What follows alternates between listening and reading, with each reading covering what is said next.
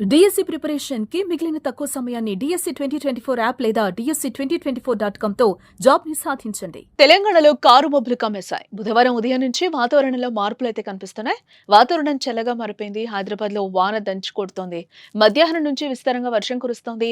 కోటి, MJ market, Chaderghat, Dilsukh Nagar, Kothapet, Malakpet, Champapet, Secunderabad, ఇటు బషీర్బాగ్, జూబ్లీహిల్స్, బంజారాహిల్స్, పంజాగుట్ట, అమీర్పేట్ పరిసర ప్రాంతాల్లో వర్షం పడుతోంది.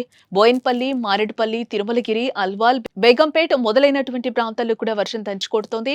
దీంతో ప్రజలు అప్రమత్తంగా ఉండాలని అధికారులు హెచ్చరిస్తున్నారు.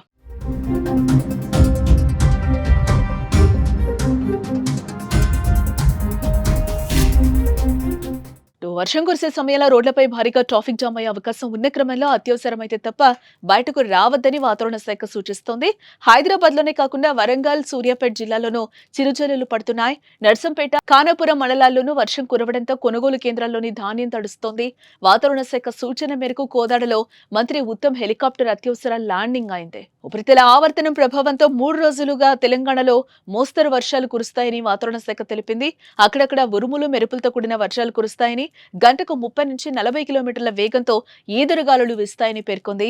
హైదరాబాద్ తో పాటు మధ్య తెలంగాణలో జల్లులు, కొన్ని చోట్ల మోస్తరు వర్షం కురుస్తుందని వివరించింది. వర్షం కురిసే జిల్లాలకు యెల్లో అలర్ట్ ను ప్రకటించారు.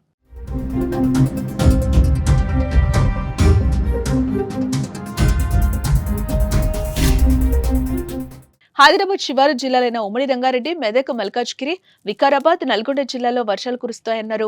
అలాగే మహబూబ్ నగర్, వరంగల్, ఖమ్మం, కరీంనగర్ జిల్లాలోనూ వర్షాలు కురుస్తాయని, ఈ జిల్లాలకు కూడా యెల్లో అలర్ట్ జారీ చేసినట్లుగా అధికారులు తెలిపారు. వాతావరణ పరిస్థితుల దృష్ట్యా ప్రజలు అప్రమత్తంగా ఉండాలని, అవసరమైతే తప్ప బయటకు రావద్దని సూచించారు.